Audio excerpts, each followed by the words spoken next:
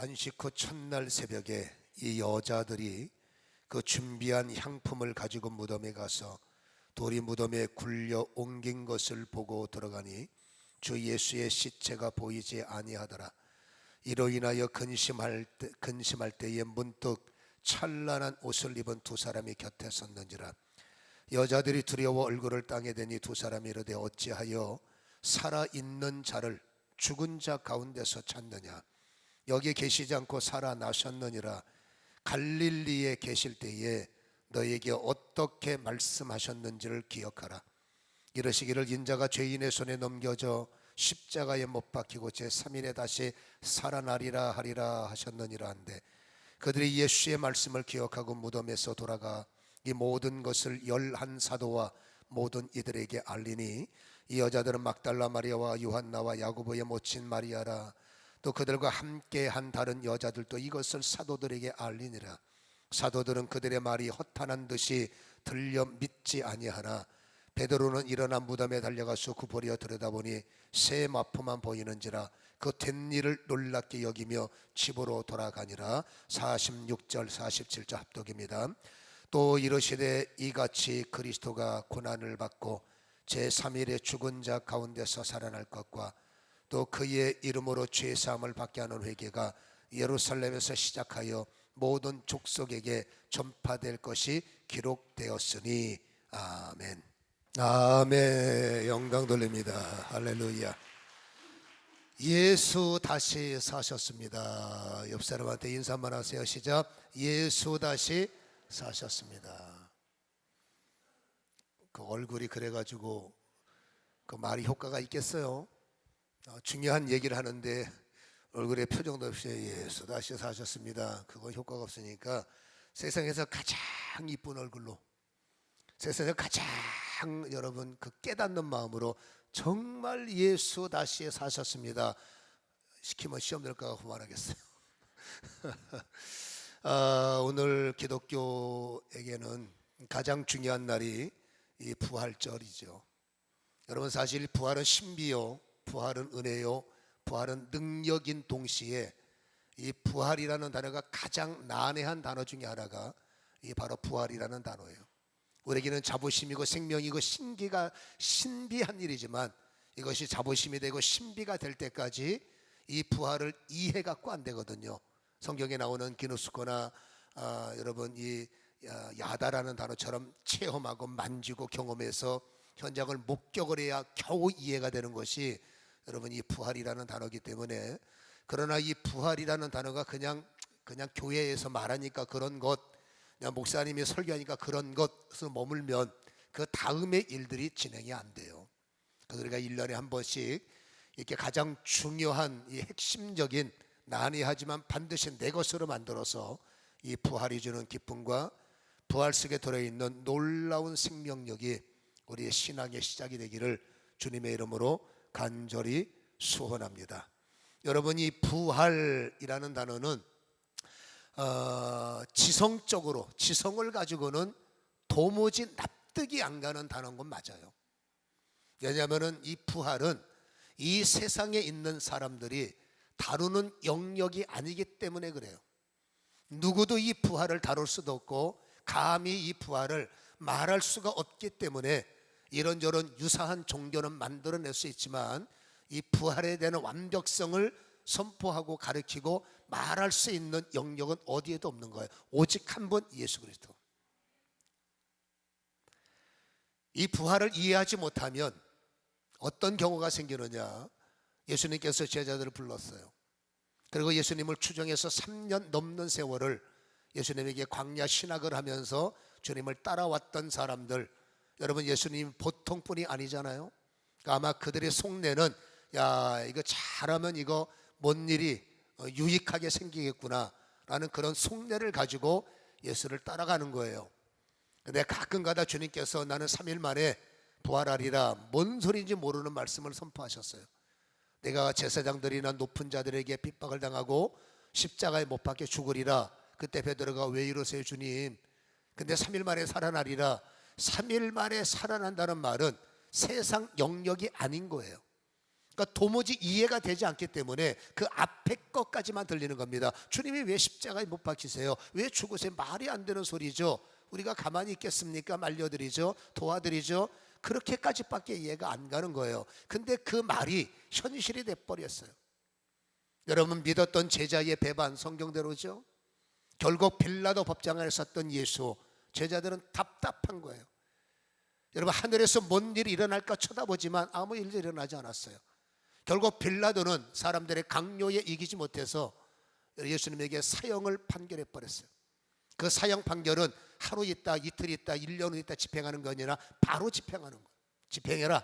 그래서 여러분, 예수님이 십자가에 끌려갈 때 제자들은 한낱 신락 같은 소망, 혹시라도 뭔 일이 있을까, 저분이 저렇게 돌아가실 분이 아니지, 이 기대까지 깨져버리고 제자들은 무서운 거 도망쳐버리고 예수님은 십자가로 끌려갔을 때 누가복음 23장 27절에 또 백성과 및 그를 위하여 가슴을 치며 슬피 우는 여자들의 큰 머리가 따라오는지라. 예수께서 돌이켜 그들을 향하여 왜 우느냐, 예루살렘의 딸들아 왜 우느냐. 이 말은 제가 몇 번 강조했기 때문에 이메일 알지, 내가 뭐 십자가에 죽냐, 잠시 매달리는 거지, 걱정하지 마 라는 말씀을 그들은 이해가 안 가는 거예요. 나는 십자가에서 내려올 거야, 이해가 안 가는 거예요. 십자가에 왜 매달리세요? 달리지 말아야지. 이게 제자들의 한계예요. 결국 예수님께서 끌려가셨어요. 제자들은 어찌할 바 몰랐어요. 여자들은 뒤따라가면서 통곡합니다. 누가 좀 말려주세요. 예수님께서 심 한번 써보지 못하고 대목에 손목이 박히고 십자가에 달려버리는 겁니다. 흉악한 강도들과 함께. 그들 마음속에 누가 제발 좀 말려주세요. 이때나 하늘문이 열려 주님을 세울까. 성금요일날 오후 12시에 십자가에 못 박히고 오후 3시 3시간 동안 처절한 찢긴 고통, 여자들은 얼마나 통곡했겠어. 제발 예수님 내려오세요. 제발 예수님 살아나셔야 돼요. 그러나 예수님은 급기야 여러분 운명하시는 이런 그들이 볼 때 불행이 닥쳐왔죠. 여러분, 그들은 시리에 빠진 거예요.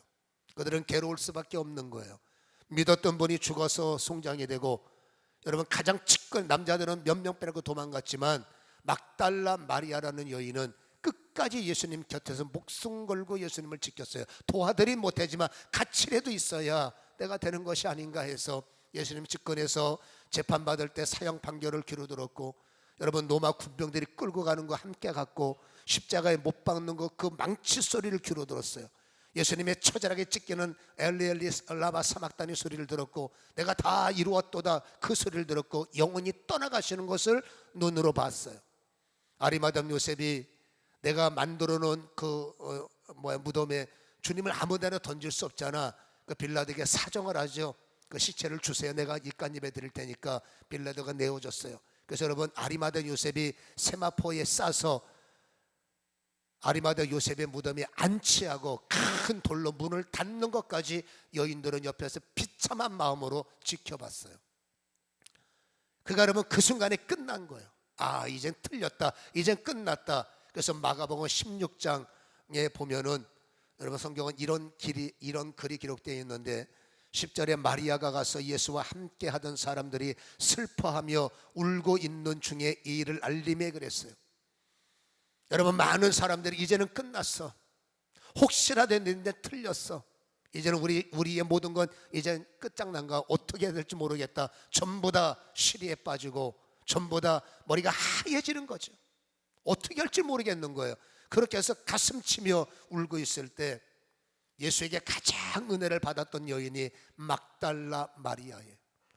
많은 사람들은 이제 죽었으니까 끝났어, 이제 우리의 소망은 없는 거야 라고 절망할 때, 막달라 마리아는 주님이 살아날 것은 상상도 못했으나 내가 7 귀신 들려서 고통당할 때, 사람들은 나에게 손가락질하고 사람들은 나를 외면할 때 주님만이 나에게 다가오셔서 나의 7 귀신을 떠나보내고 내가 사람답게 살 수 있도록 도와주신 분이 예수. 내가 마지막 저분에게 할 수 있는 것은 그 시신에 향유라도 발라드리는 것이 내가 할 수 있는 마지막 심이다. 여러분, 3일의 안식일이 끝나고 새벽 미명에 마리아와 두 여인은 예수님 무덤에 달려갔어요. 놀라운 현상이 벌어졌습니다. 그 무덤은 비어 있는 거예요. 여러분, 마태복음 27장에는 혹시라도 제자들이 딴짓할까 봐, 예수의 추종자들이 이상한 짓 할까 봐 여러분 빌라도에게 명을 받아서 군사들이 공권력을 가지고 예수님 주변을 지키고 있다라고 마태복음 27장은 기록하고 있는 거예요.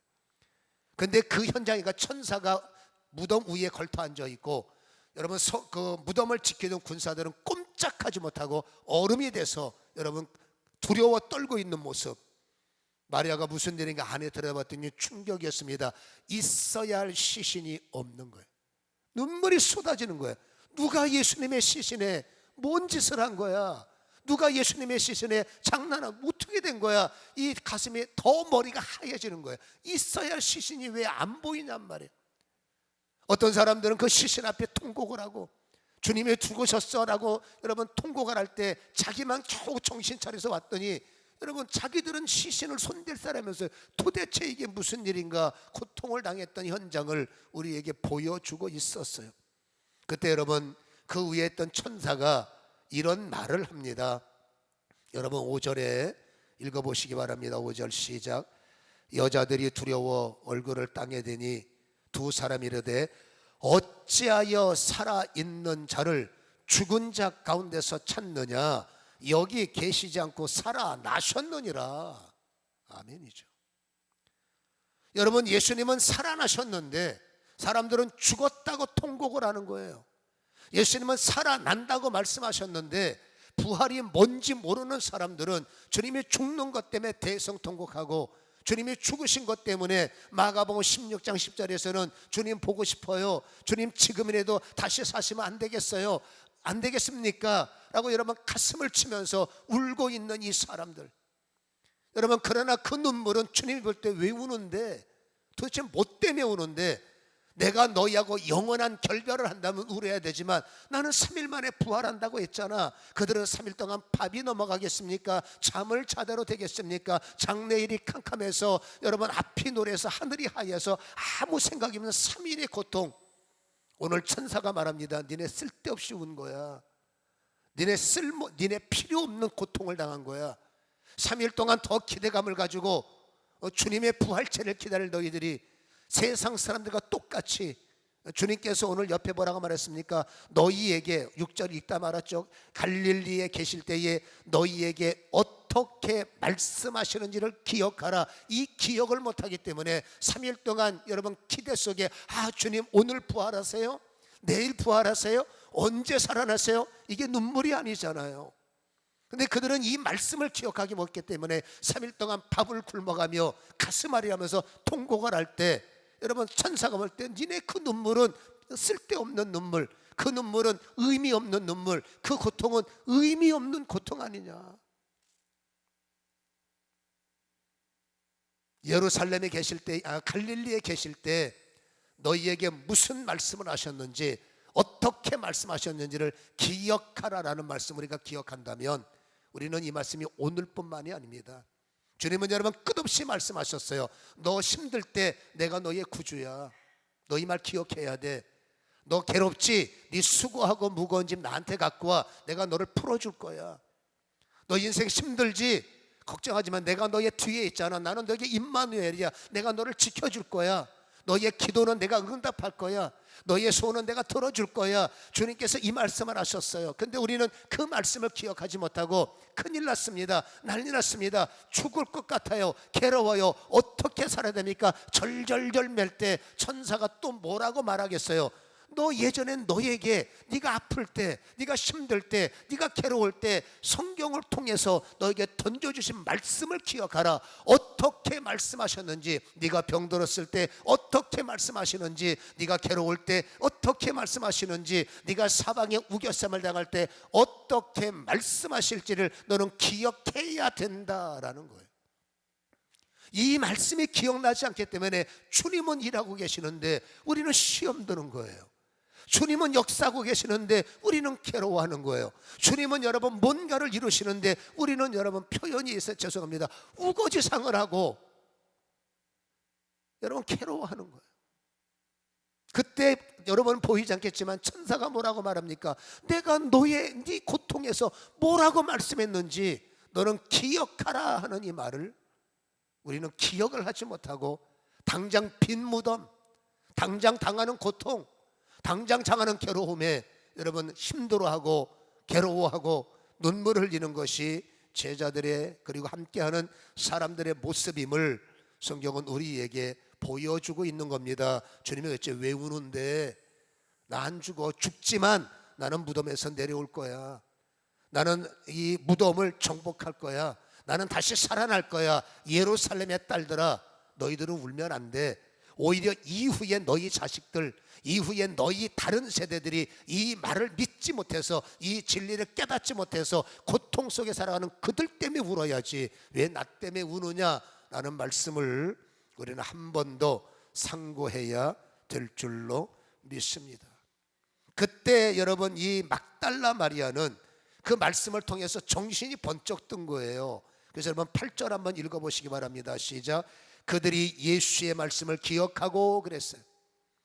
여러분 무슨 말씀입니까? 분명히 갈릴리 계실 때 7절에 인자가 죄인들의 손에 넘겨져 십자가에 못 박히고 3일 만에 다시 살아나리라, 이 말씀이 이제는 이 막달라 마리아는 기억이 나는 겁니다. 왜? 무덤은 비어 있잖아요.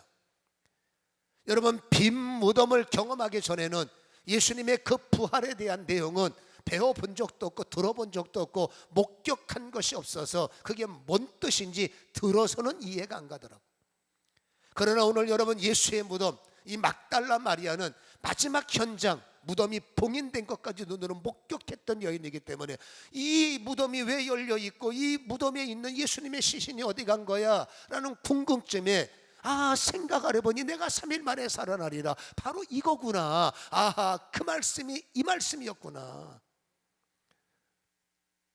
옆 사람한테 한번 얘기하세요. 그 말씀이 이 말씀이었어요. 시작. 그 말씀이 이 말씀이었어요. 남들은 뭔 소리인데 그런 소리가 있어요. 시작. 그런 소리가 있어요. 여러분 귀로만 들어서는요 몰라요. 우리 여기 성도님들이 1부 2부 합쳐서 다 앉아 계시는데 여러분 부활에 대해서 솔직한 얘기로 그냥 여러분 부활절이라니까 부활절인 거지, 그냥 늘 이 시간 되면 부활절 하니까 시끌벅적 하니까 어느 때보다 부활절이 좋은 게 있습니다. 왜? 다른 날보다 반찬이 잘 나온다는 사실, 운이 좋으면 떡도 준다는 사실. 그런데 올해는 운이 나빠서 떡이 없어요. 그러나 분명한 것은 계란은 준다는 사실.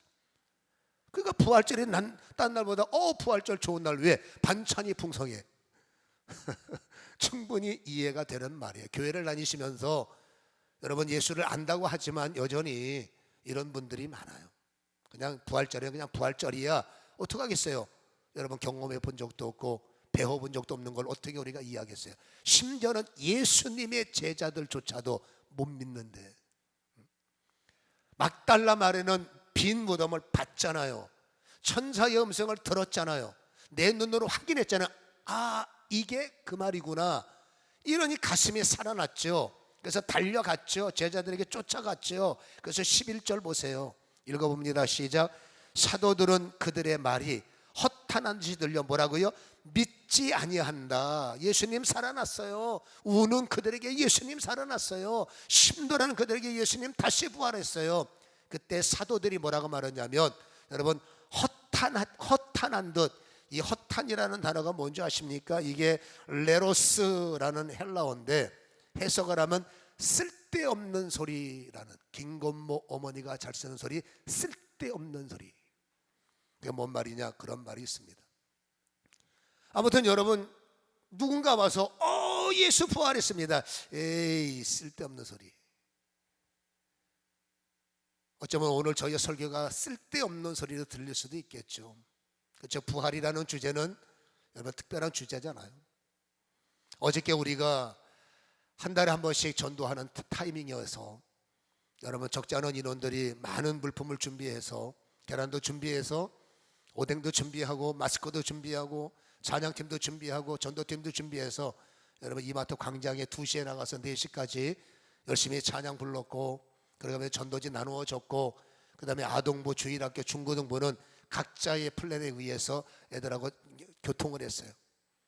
그다음에 여러분 하여튼 여러 가지를 통해서 예수를 전했어요. 그들에게 이렇게 말했습니다. 계란을 주면서 예수님 부활하셨어요. 그때 그들은 딱 봐서 계란은 받습니다. 그럼 속으로 쓸데없는 소리. 그러나 중요한 것은 계란은 먹습니다. 여러분, 그들에게 마스크를 줬습니다. 지금은 마스크가 중요할 때거든요. 그들은 마스크를 주면서 예수 부활하셨어요. 여러분, 마스크는 주머니에 집어넣고 쓸데없는 소리. 지나간 분들한테 오뎅 드시죠? 예, 오뎅은 먹는데 예수 부활하셨어요. 오뎅은 먹지만 왜? 공짜니까. 쓸데없는 소리. 여러분, 저는 이 설교를 준비하면서 어저께 우리가 전파된 예수가 어쩌면 저들에게 다 쓸데없는 소리라고 들릴 수 있으나, 그러나 그들이 받았던 마스크 안에는 기도가 살아있고, 그들이 먹었던 계란은 여러분 신약과 구약의 영권이 들어가 있고, 그들이 마스크를 쓸 때마다 뇌파에 있을 겁니다. 나는 부활했다, 나는 부활했다.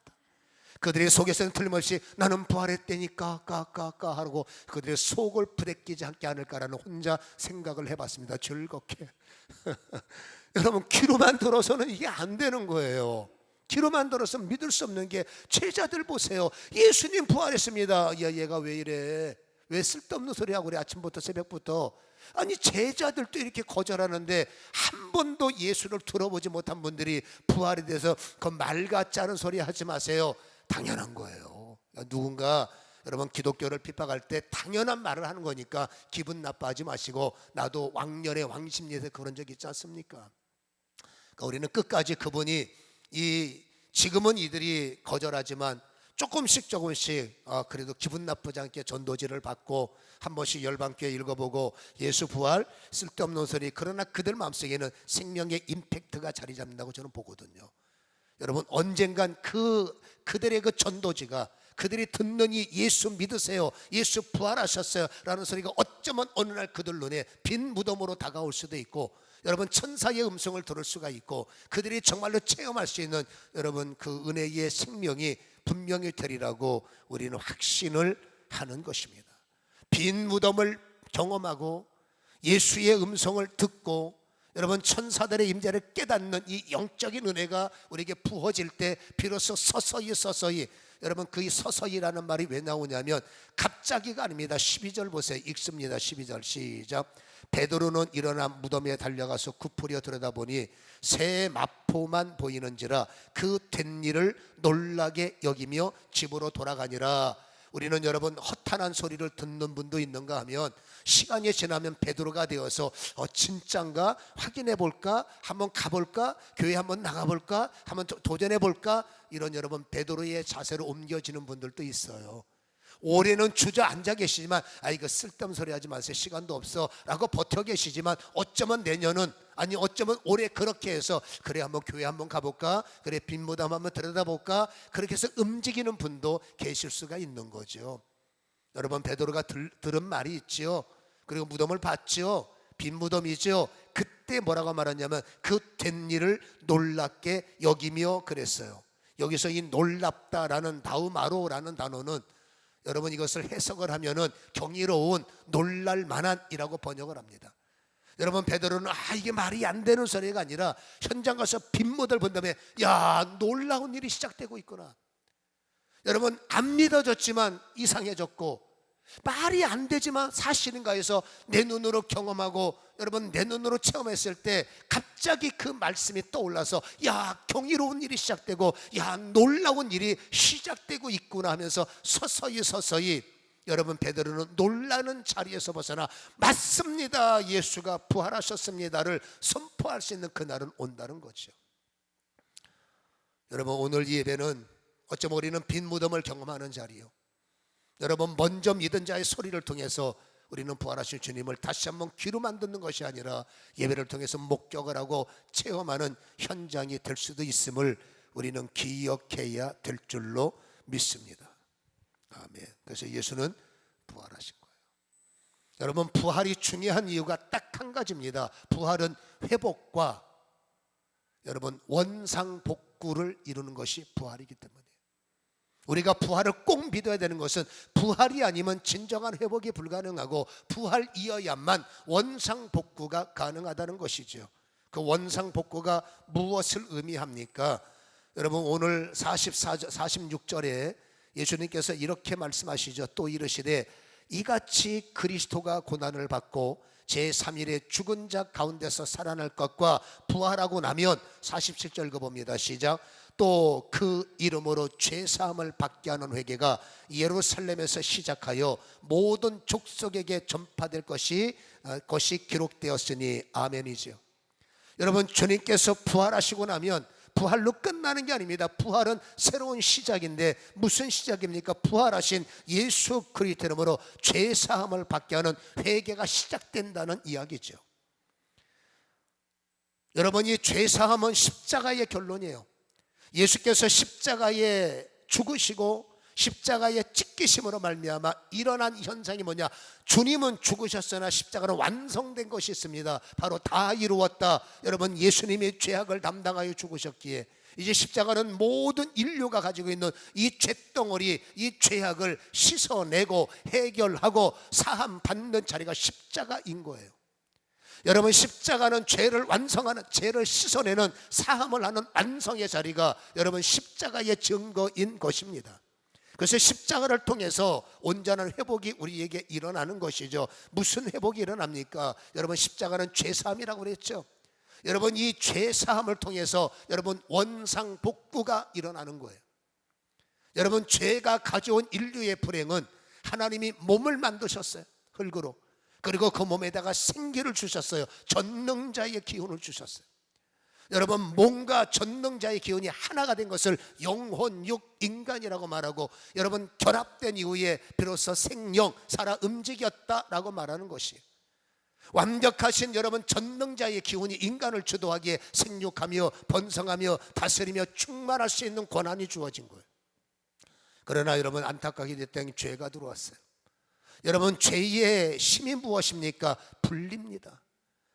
여러분, 완벽하게 하나가 된 그 몸뚱아리를, 그 인간의 영혼력을 죄가 뚫고 들어와서 여러분 분리시켜 버리는 거예요. 여러분, 하나가 창조의 완성인데 이 창조된 완성을 죄 때문에 말미암아 분리시켜 버리는 거예요. 그래서 인간은 영과 분리되는, 죽으면 분리되는 거예요.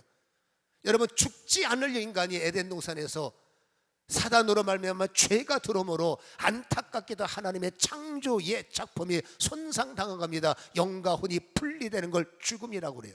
그래서 죄 때문에 죽음에 들어왔고 죽는 날까지 인간은 광야에서 고통당하며 엉겅퀴와 가시덩불에 찔려가면서 믿은 자들에게 배신당하고, 여러분 죄가 갖고 오는 거 분리시켜 버립니다. 부부 사이를 분리시켜버리고, 자녀와 부모 사이를 분리시켜버리고, 목사와 성도 사이를 분리시켜버리고, 예수와 우리 사이를 분리시켜버리고, 어떻게 하든지 분리시켜버리는 겁니다. 싫어지게 만들고 미워지게 만들고, 이게 전부 다 죄덩어리예요. 이 죄가 우리를 분리시키는 거예요.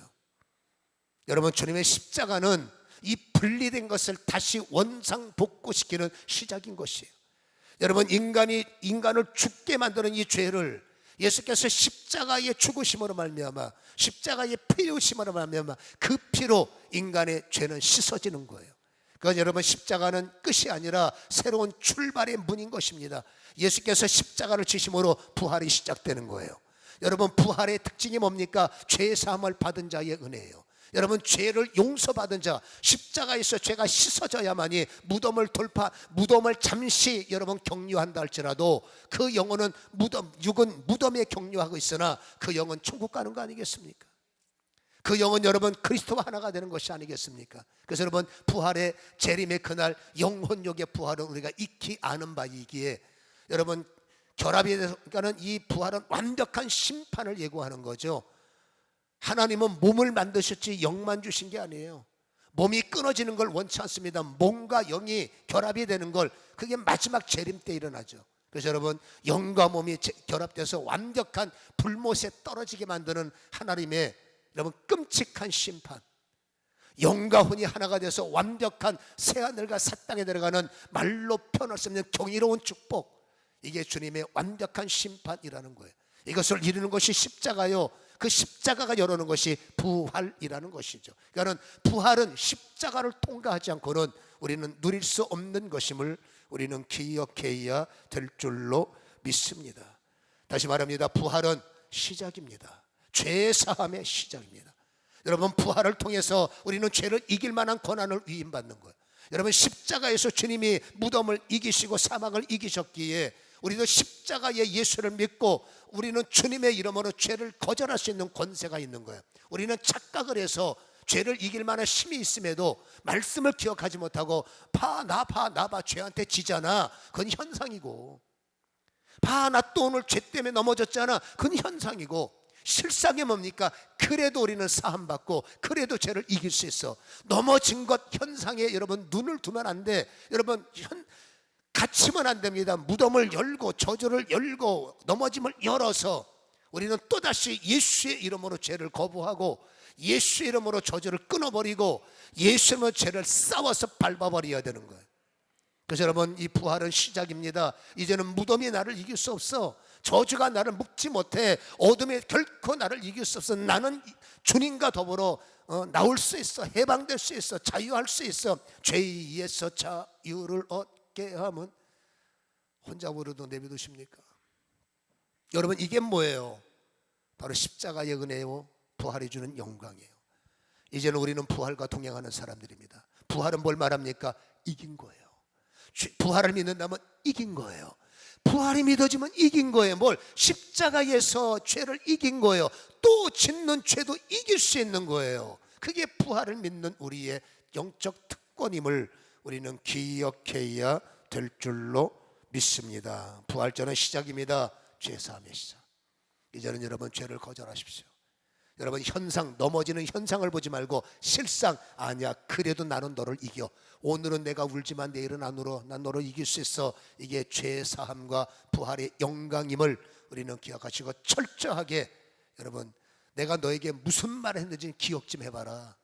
너 왜 쩔쩔매냐? 내가 너에게 어떤 말을 했는지 기억해봐 라는 이 천사들의 여러분 그 선포를 우리는 잘 기억하시고 이제는 지지 마시고 이기시는 저와 여러분이 되기를 주님의 이름으로 간절히 축원합니다.